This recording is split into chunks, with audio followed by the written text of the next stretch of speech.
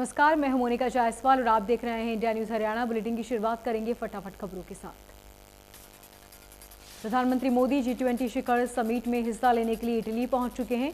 PM 5 दिवसीय विदेश यात्रा पर हैं। पीएम मोदी के अपने इस दौरे में प्रधानमंत्री G20 और COP26 सम्मेलन में हिस्सा लेंगे। 30 अक्टूबर को प्रधानमंत्री सुबह वेटिकन के लिए रवाना होंगे। यहां पीएम मोदी की पोप फ्रांसिस में भेंट होगी। प्रधानमंत्री और पोप की ये मुलाकात पोप की निजी लाइब्रेरी में होगी। कांग्रेस महासचिव प्रियंका गांधी वाड्रा आज ललितपुर पहुंची। इस दौरान प्रियंका उस किसान के घर भी गई जिसकी मौत के बाद खाद के लिए लंबी लाइन में जिसकी मौत हुई थी। लखनऊ से ललितपुर रवाना होने से पहले प्रियंका ने स्टेशन पर कूलियों से मुलाकात की। इस दौरान उन्होंने उनका हालचाल जाना। कूलियों ने प्रियंका गांधी को अपनी जीविका से जुड़ी समस्याओं के बारे में बताया।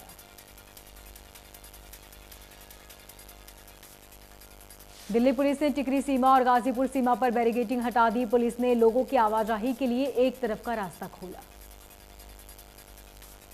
इसी रास्ते को खुलवाने के लिए देर शाम तक दिल्ली पुलिस सक्रिय नजर आई। दिल्ली पुलिस की टीम ने यहां टिकरी बॉर्डर पर रास्ता खुलवाने के लिए दिल्ली में लगे और बैरिकेड्स को हटा दिया। दिल्ली पुलिस ने सड़क के बीचों बीच गाड़ी गई कीलें भी हटाई और जेसीबी की सहायता से रास्ता को साफ किया।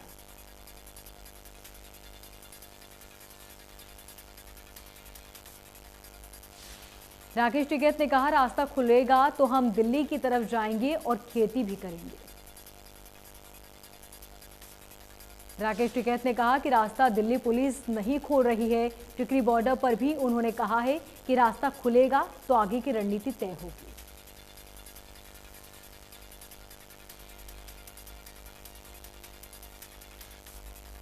चंडीगढ़ में हरियाणा के राज्यपाल बंडारू दत्तात्रेय से स्वामी अभिषेक ब्रह्मचारी और युवा चेतना के राष्ट्रीय संयोजक रोहित सिंह ने शिष्टाचार भेंट की। स्वामी अभिषेक ब्रह्मचारी ने मुलाकात के बाद कहा कि राज्यपाल गरीब वर्ग के लोगों के लिए हमेशा काम करते हैं।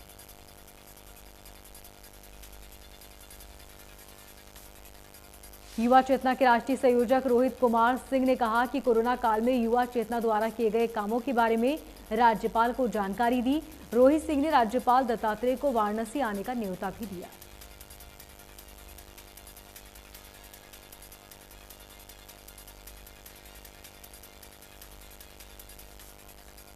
चंडीगढ़ में हरियाणा अफ्रीका कॉन्क्लेव का आज दूसरा दिन। राज्यपाल दत्तात्रेय और डिप्टी सीएम कॉन्क्लेव में हुए शामिल। हरियाणा और अफ्रीका देशों के बीच के क्षेत्र में समझौता होगा। इस दौरान कृषि, खनन, आधारभूत संरचना, लॉजिस्टिक विकास पर बातचीत होगी।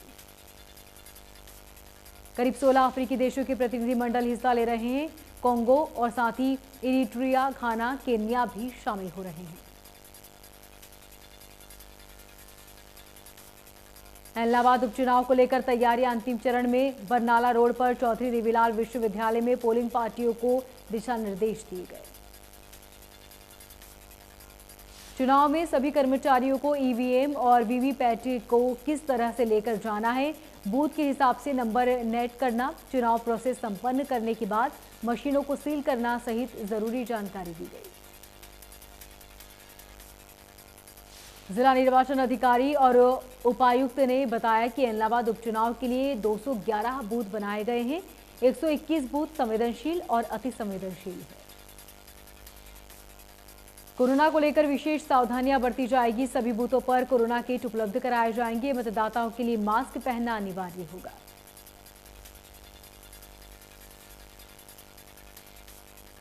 कुरुक्षेत्र के नवनियुक्त पुलिस कप्तान धीरज ने कहा है कि कुरुक्षेत्र जिले को नशा मुक्त बनाया जाएगा।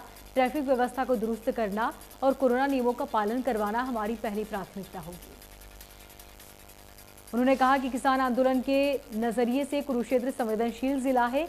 कर्मचारियों और अधिकारियों को निर्देश दिए गए हैं कि वो जनता से संपर्क बनाए रखें ताकि कानून व्यवस्था हर हाल में कायम रहे। उन्होंने कहा कि कोरोना नियमों के बारे में लोगों को जागरूक किया जाएगा ताकि न तो उनके त्योहार में कोई व्यवधान आए और न ही नियमावली में कोई अनदेखी हो सके। एसपी ने कहा कि नारकोटिक्स सेल का मुख्यालय कुरुक्षेत्र में है। कोशिश की जाएगी कि इसे पेहरवा में स्थानांतरित किया जाए।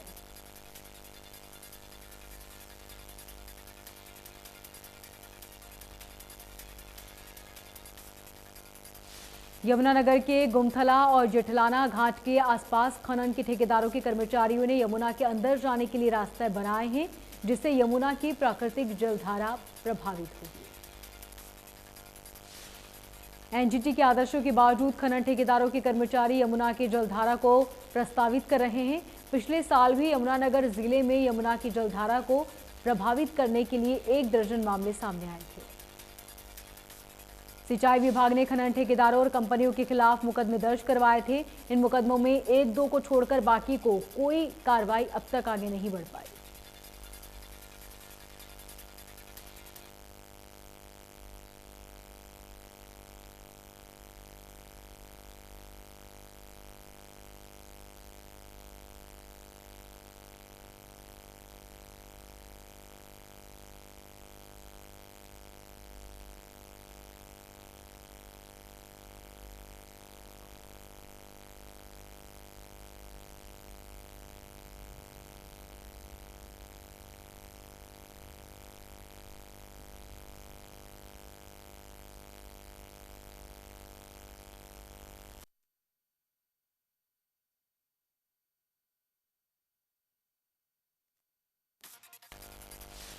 सोनीपत में डेंगू का प्रकोप रोजाना बढ़ता जा रहा है। ग्रामीण क्षेत्र में हर तीसरे घर में डेंगू के मरीज सक्रिय, जबकि स्वास्थ्य विभाग के मुताबिक रोजाना 30 से 40 मरीज ही डेंगू के मिल रहे हैं।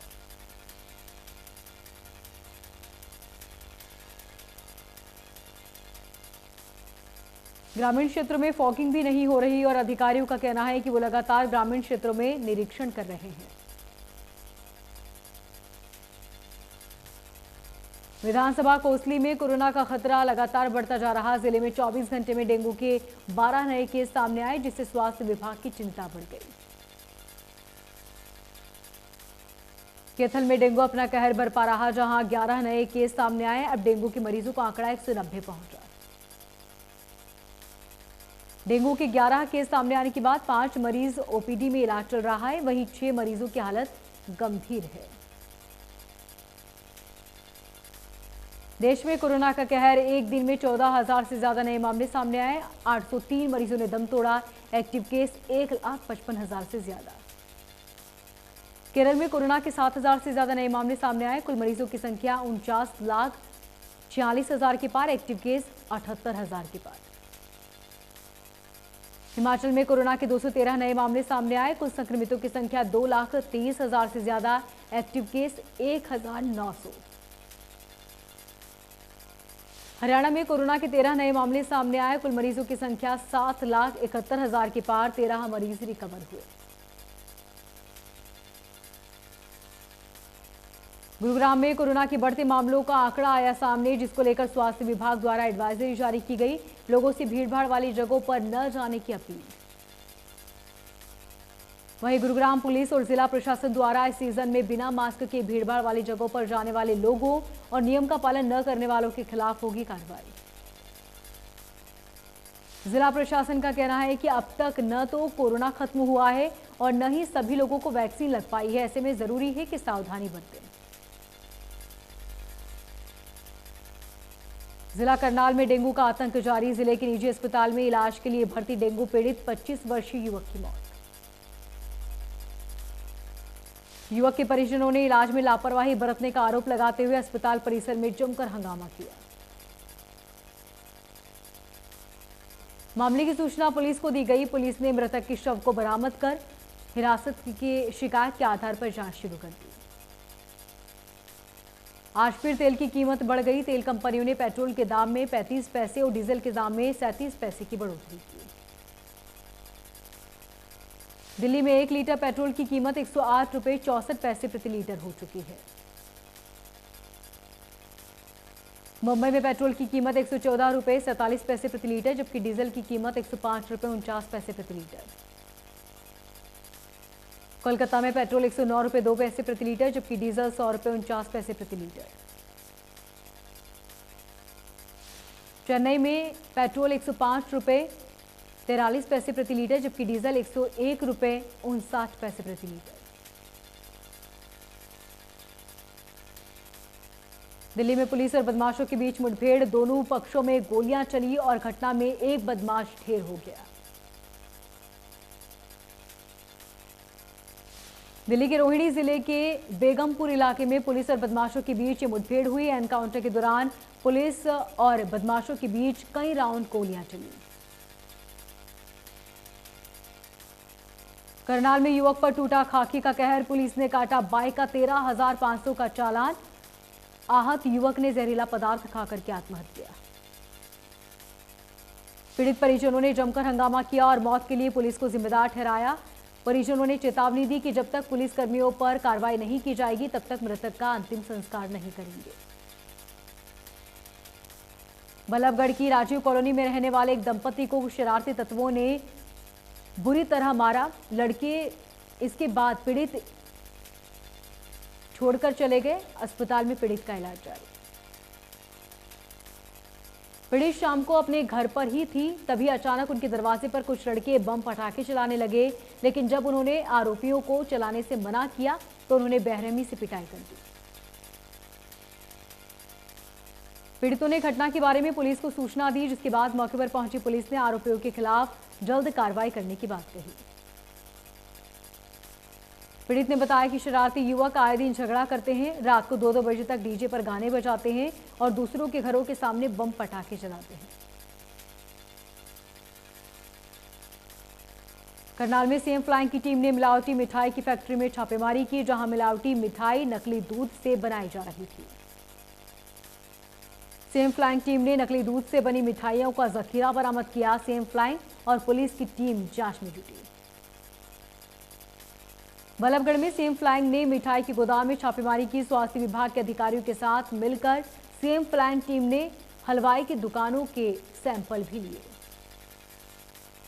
सीएम फ्लाइंग टीम और स्वास्थ्य विभाग के अधिकारियों ने खोया, पनीर और मिठाइयों के सैंपल भरे। सैंपल को जांच के लिए चंडीगढ़ लैब भेजा। टोहाना में जिला खाद्य एवं सुरक्षा विभाग की टीम की तरफ से शहर के मिलन चौक स्थित भगवान दास पनीर वाला की दुकान में छापेमारी की गई। छापेमारी के कारण दुकानदारों में हड़कंप मच गया। पलवल में सीएम फ्लाइंग, सीईडी और एक्साइज विभाग की संयुक्त टीम की तरफ से गांव कटेसर के निकट अवैध शराब के ठेकों पर छापेमारी की गई। छापेमारी के दौरान टीम ने भारी मात्रा में बगैर परमिट वाली देशी और अंग्रेजी शराब बरामद की। साथ ही ठेके पर कार्यरत सेल्समैन हिरासत में लिया गया, जबकि आरोपी मालिक फिलहाल फरार बताया जा रहा है। गुरुग्राम में 20 साल की युवती ने पिछले 1 साल में अपने साथ 7 बार दुष्कर्म होने की शिकायत पुलिस को दी। युवती गुरुग्राम के अलग अलग 7 पुलिस स्टेशन में 7 अलग अलग लोगों के खिलाफ दुष्कर्म के केस दर्ज करवा चुकी है। जांच में खुलासा हुआ कि युवती 20 से 24 वर्षीय युवकों को अपना निशाना बनाती थी और उन्हें प्यार के जाल में फंसाकर ब्लैकमेल करती थी। एक्टिविस्ट की शिकायत पर महिला आयोग ने मामले पर संज्ञान लिया। डीजीपी और गुरुग्राम पुलिस कमिश्नर से मामले की तफ्तीश की सिफारिश भी की गई। फरीदाबाद के सेक्टर 15 में मोबाइल टावर लगाए जाने का सेक्टर वासियों ने विरोध किया। लोगों का कहना है कि टावर को किसी भी स्कूल या अस्पताल के पास लगाया नहीं जाना चाहिए, जिसकी शिकायत कई बार विधायक और जिला उपायुक्त को की गई। उसके बाद भी टावर लगाने का काम बंद नहीं किया गया।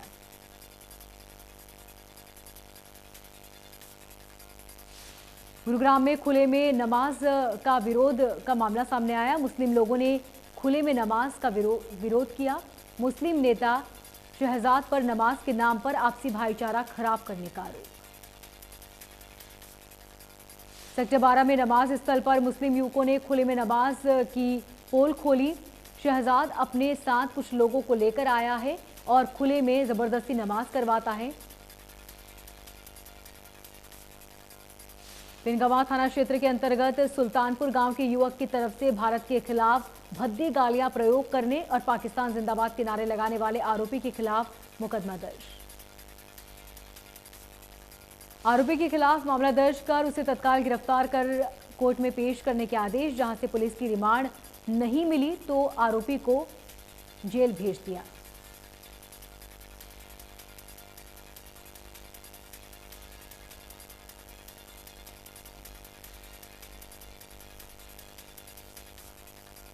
प्रधानमंत्री उज्ज्वला योजना पार्ट 2 का शुभारंभ कर दिया गया। इस योजना के तहत उन सभी परिवारों को मुफ्त में गैस चूल्हा और गैस सिलेंडर दिए जाएंगे जो अब तक इस योजना से वंचित रहे। यमुनानगर में शहीद पुलिस कर्मियों की याद में पुलिस लाइन में एक कार्यक्रम का आयोजन किया गया, जिसमें पुलिस अधीक्षक कमलदीप गोयल ने यमुनानगर जिले के अलग अलग समय में शहीद हुए 7 पुलिस जवानों को श्रद्धांजलि अर्पित की। उन्होंने बताया कि इसके अलावा 21 अक्टूबर से 31 अक्टूबर तक पूरे देश में पुलिस फ्लैग डे मनाया जा रहा है। उन्होंने कहा कि युवा पीढ़ी को भी पुलिस कर्मचारियों की शहादत के बारे में पता चले, इसके लिए कार्यक्रम का आयोजन किया गया। स्वास्थ्य विभाग की तरफ से मोबाइल मेडिकल यूनिट तैयार की गई, जो कि अब अंबाला में भी दौड़ेगी। अंबाला जिले में 2 मोबाइल मेडिकल यूनिट मिली है। हालांकि ये चलती शुरू अभी तक नहीं हुई है, जिसकी वजह से विभाग के पास चालान न होना है।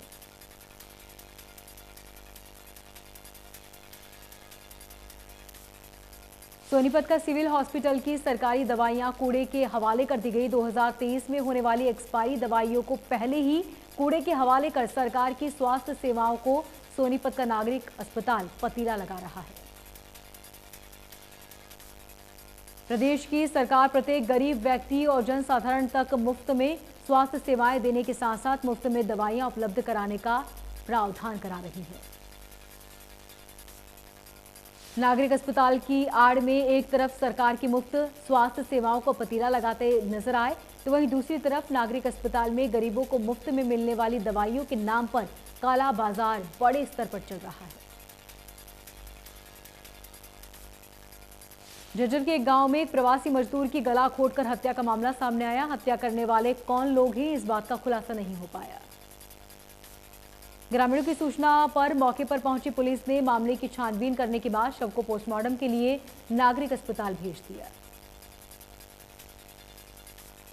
करनाल में प्राइवेट क्लिनिक में इलाज के लिए एडमिट 28 वर्षीय महिला की संदिग्ध परिस्थितियों में मौत हो गई।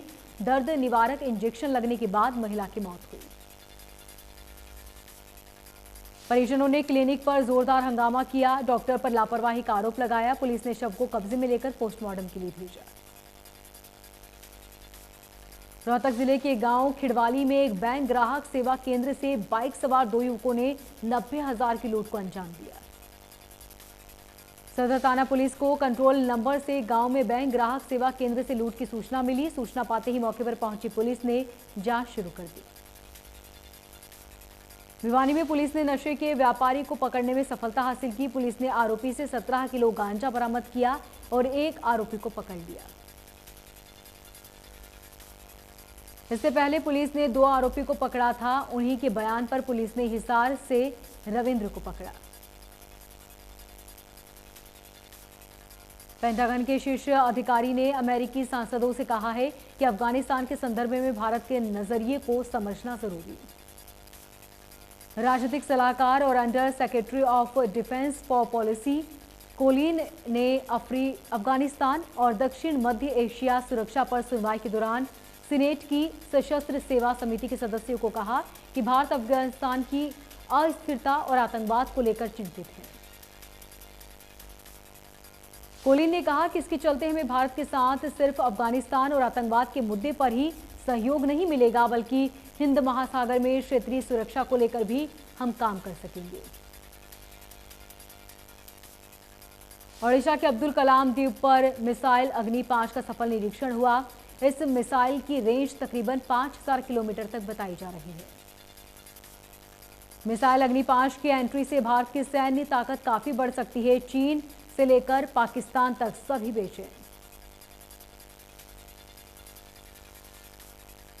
भारतीय रिजर्व बैंक के गवर्नर शक्तिकांत दास का कार्यकाल 3 साल के लिए और बढ़ा दिया गया।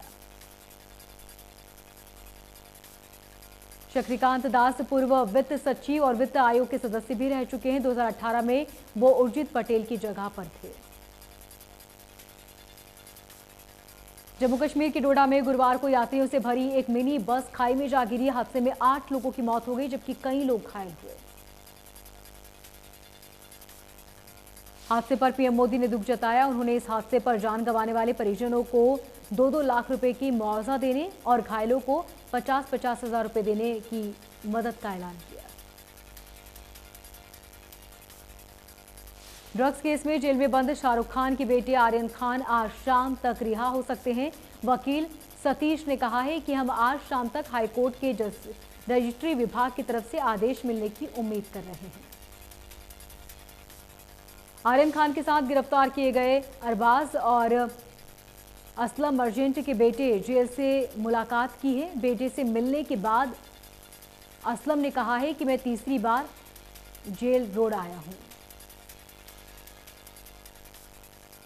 सोशल मीडिया प्लेटफॉर्म फेसबुक ने अपना नाम बदलकर मेटा कर लिया है।